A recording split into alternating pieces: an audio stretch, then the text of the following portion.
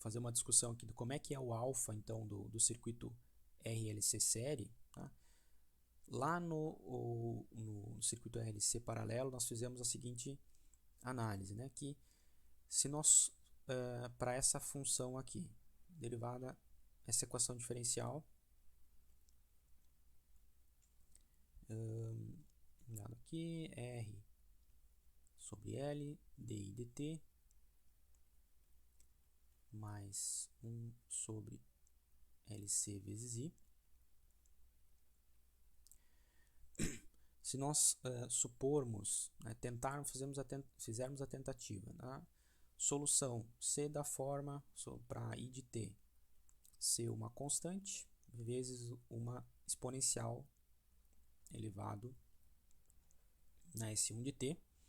Então, a derivada primeira dessa função vai ser S1 A1 e na S1 de t, e a derivada segunda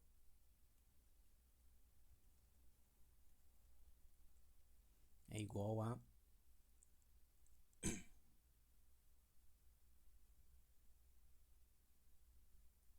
S1 ao quadrado mais A1 e na S1 de t. Substituindo aqui a função na equação diferencial, então nós vamos ter uma equação, né, substituindo esses elementos aqui na IDO, a gente vai chegar em algo parecido com algo parecido não, né? A gente vai chegar exatamente a S1 ao quadrado vezes A1 vezes E na S1 de t, mais o primeiro termo lá, RL, vezes a derivada primeira, que é S1 A1 exponencial na S1 de t, mais o terceiro termo, que é 1 sobre LC vezes a função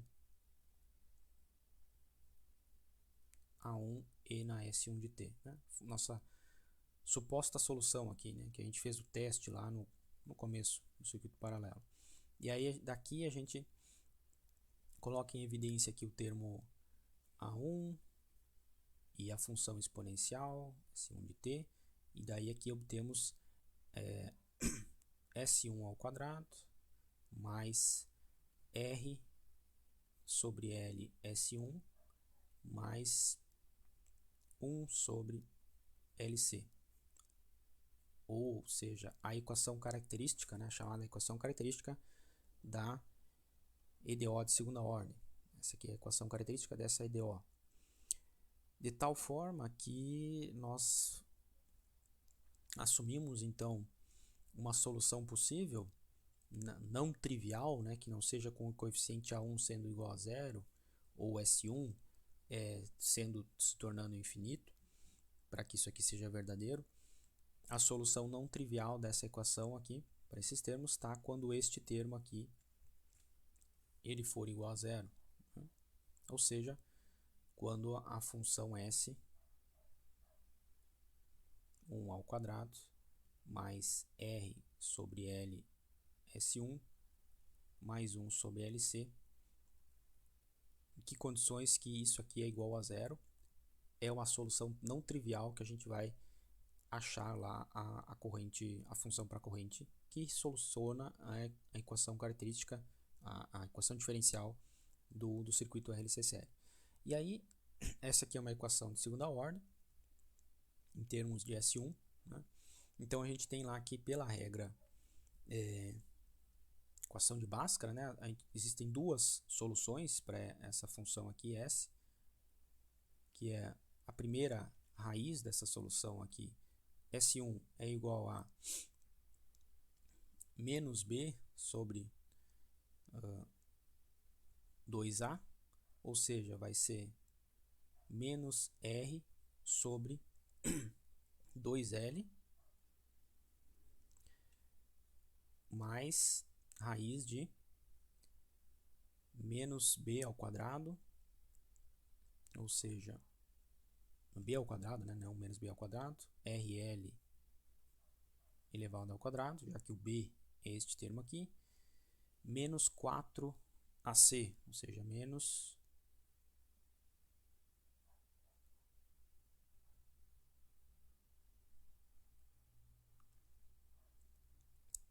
4 vezes 1 vezes LC, ou seja, menos 4 sobre LC. Isso aqui dividido por 2. Tá? E aí, fazendo um trabalho algébrico aqui nesse termo, né? Escrever lá a equação de Bhaskara, né? Menos B mais ou menos raiz de B ao quadrado menos 4AC sobre 2A. Aqui no caso, para essa nossa equação, o B é 1, aliás, o A é 1, o B é o RL e o C é 1 sobre LC. Né? Então, a gente fica com uma solução dessa forma aqui. Trabalhando um pouquinho esse segundo termo aqui, a gente pode levar esse 2 lá para dentro da raiz. Então, a gente fica com S1 igual a menos R sobre 2L. O mesmo trabalho algébrico que a gente fez lá no circuito LC paralelo, mais a raiz de R ao quadrado sobre 2L, na verdade é R sobre 2L elevado ao quadrado, menos, levando esse 2 para dentro da raiz, aí vai simplificar com esse 4, e a gente fica aqui com menos 1 sobre LC.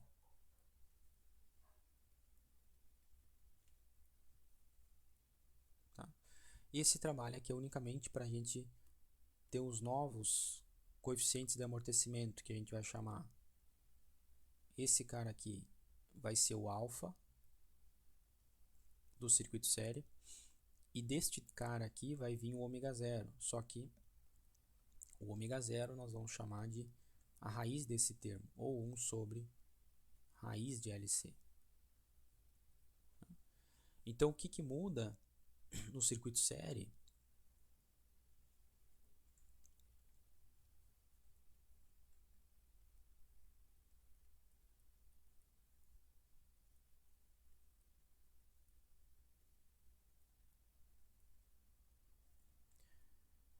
Dado aqui ó, a diferença desses, a mesma tipo de função, mesmo tipo de equação diferencial, né? Só que mudaram aqui essas constantes aqui, né? Esses coeficientes dos termos.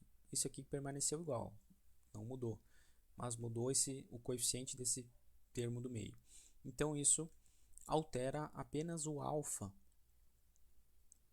tá? No circuito LC série, que a gente vai ter lá o alfa, a gente vai ter agora no circuito série, ele é dado por a constante R sobre 2L.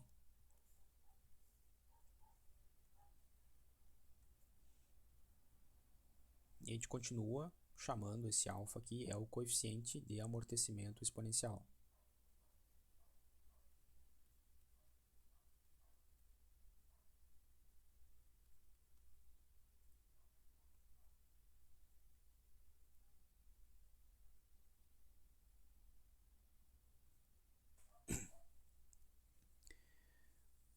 O ômega não vai sofrer alteração.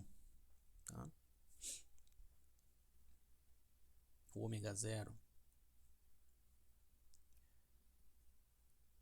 O ômega zero continua sendo 1 sobre raiz de LC.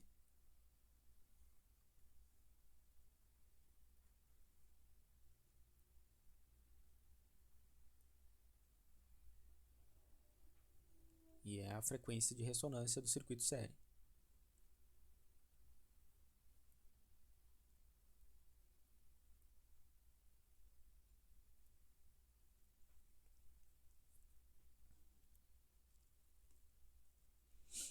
Então, não há alteração aí. E nós vamos ter também aquela mesma situação em que existem três condições para a solução da frequência complexa S, que a gente pode representar agora como S1 vai ser igual a menos alfa mais raiz de alfa ao quadrado menos ômega zero ao quadrado. Substituindo aqui na equação característica da EDO, né? Substituindo esse termo aqui por alfa ao quadrado e aqui por ômega zero ao quadrado. Nós temos então S1 pode ser escrito dessa forma, frequência complexa S1, e a frequência complexa S2 como menos alfa menos raiz de alfa ao quadrado menos ômega zero ao quadrado.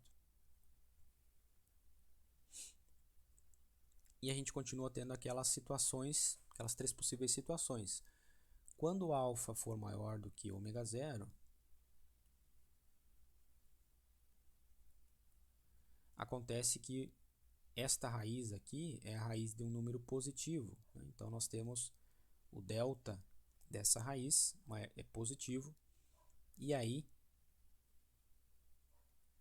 S1 nós temos duas soluções diferentes, é diferente de S2, são duas raízes diferentes e que pertencem aos números reais, são soluções reais. Quando alfa combinação for exatamente igual ao ômega zero, então esse delta aqui ele é igual a zero, a raiz de zero, e nós temos duas raízes, porém iguais. S1 é igual a S2. Também pertence aos reais. E a terceira condição, quando o alfa do circuito for menor do que ômega zero, nós caímos naquele caso que esse delta aqui dessa raiz é negativo, né? Então, portanto, aqui nós temos a raiz de um número negativo. E aí nós temos duas raízes para as frequências complexas S1 e S2, que são valores diferentes, porém elas pertencem aos números complexos, certo? E agora, obviamente, a diferença aí é que o alfa continua sendo uma constante que depende da combinação do resistor e do indutor agora, né? Lá no circuito paralelo, voltando aqui no resumo que a gente fez anteriormente, para o circuito paralelo, o alfa dependia do resistor e do capacitor. O alfa era 1 sobre 2 raiz, 1 sobre 2 RC. Né? Esse aqui é o alfa do circuito paralelo. O ômega do circuito paralelo não mudou nada. E o ômega D, que a gente também vai utilizar a frequência amortecida, ele também não vai mudar. Ele vai ser ômega zero ao quadrado menos alfa ao quadrado. Só que o alfa, né, do circuito série muda sim. Tá? Então aqui no circuito série, o alfa é R sobre 2L. O ômega zero é inalterado e a gente tem as três situações também. A gente vai ter então o circuito sobreamortecido, criticamente amortecido, e o subamortecido. E aqui no subamortecido a gente vai utilizar também lá a frequência de ressonância ômega D, né?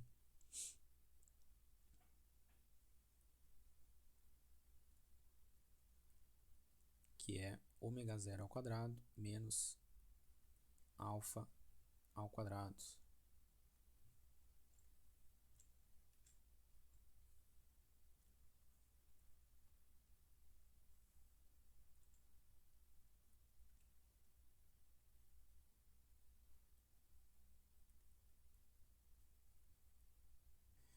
Frequência de ressonância não, né? Frequência amortecida, que a gente chama esse ômega D. Frequência amortecida.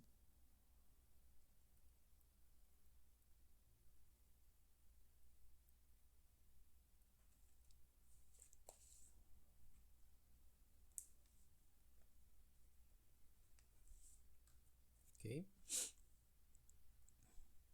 Então agora essas três situações, elas vão representar para nós a resposta da corrente, certo? Então no caso a gente vai ter a condição de sobreamortecimento,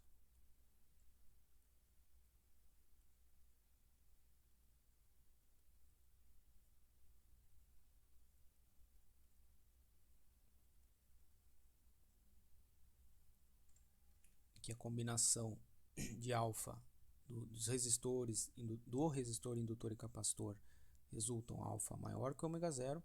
E aí a gente vai ter o comportamento da corrente, a função da corrente no tempo vai ser igual a uma constante A1 vezes a exponencial na S1 de t, mais uma constante A2 vezes a exponencial de S2 na t.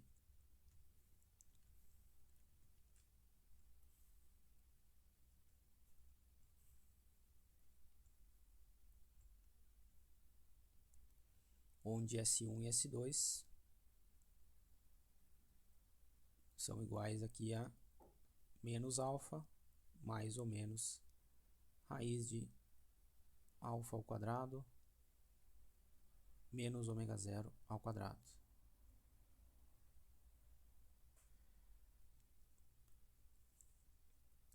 Nós vamos ter o caso teórico aí também de amortecimento crítico ou criticamente amortecido.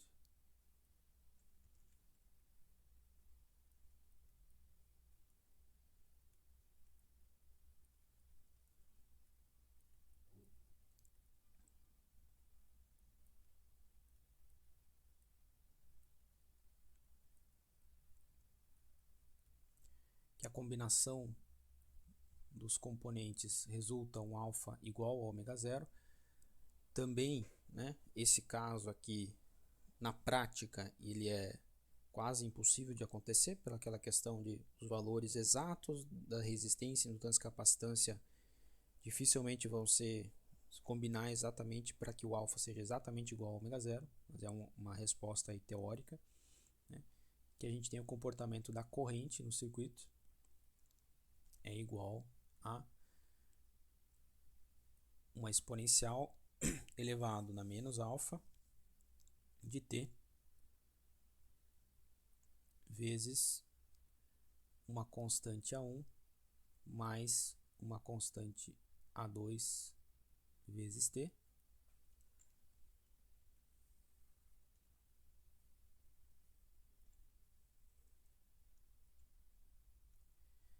e o caso de amortecimento crítico, aliás, subamortecido, né?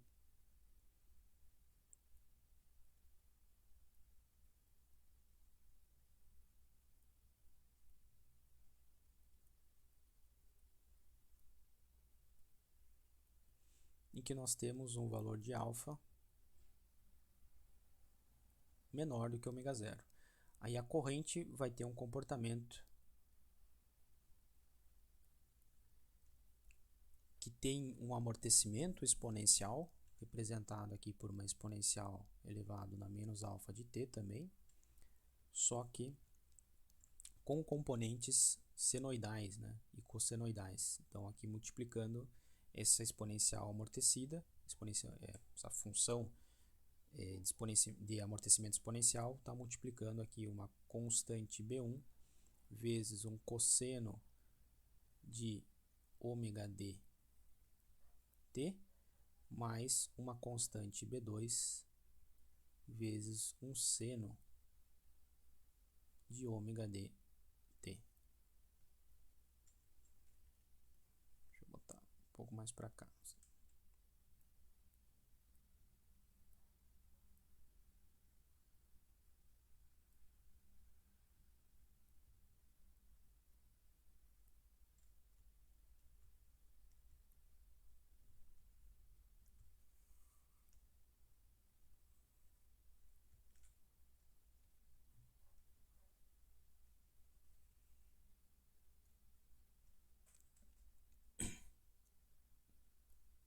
Certo? Onde aqui, né, o ômega d, nós já falamos anteriormente ali, mas ômega d é igual a raiz de ômega zero ao quadrado menos alfa ao quadrado. E B1 e B2 são constantes reais.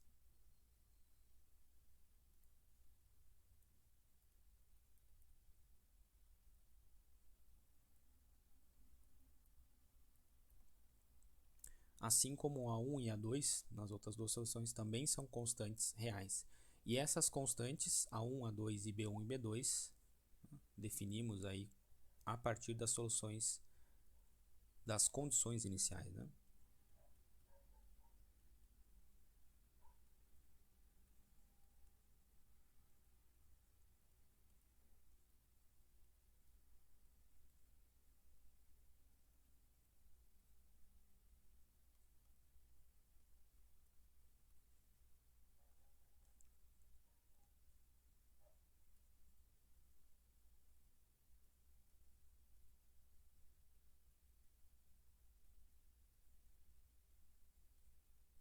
As condições iniciais do circuito são a corrente inicial, que no circuito série é igual para todos os elementos, todos os componentes, já que eles estão em série, mas é a corrente inicial no indutor, né? A energia que está armazenada no indutor, e o potencial inicial no capacitor, né? Tensão inicial no capacitor.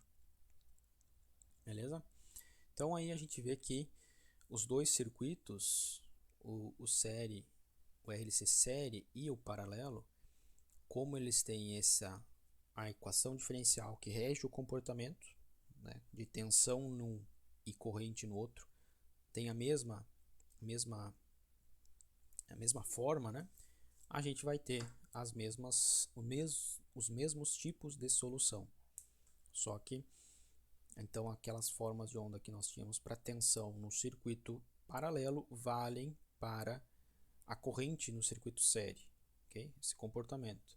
A gente vai ter um comportamento exponencialmente amortecido, no caso sobreamortecido. O criticamente amortecido aqui também tem uma exponencial amortecida, e no caso subamortecido surge aquelas oscilações, né, no circuito devido aqui a um comportamento em somas de senos e cossenos, né? E lembrando que a grande diferença que a gente tem que tomar cuidado, né, na hora de resolver os problemas é que o alfa do circuito série é dado por um parâmetro R sobre 2L, e o alfa lá do circuito paralelo, né, até podemos botar aqui, chamar como atenção.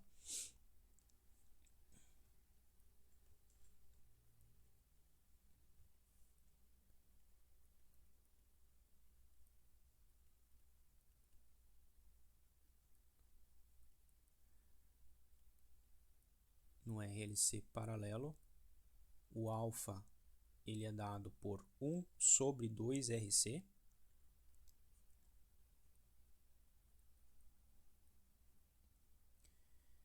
e no RLC série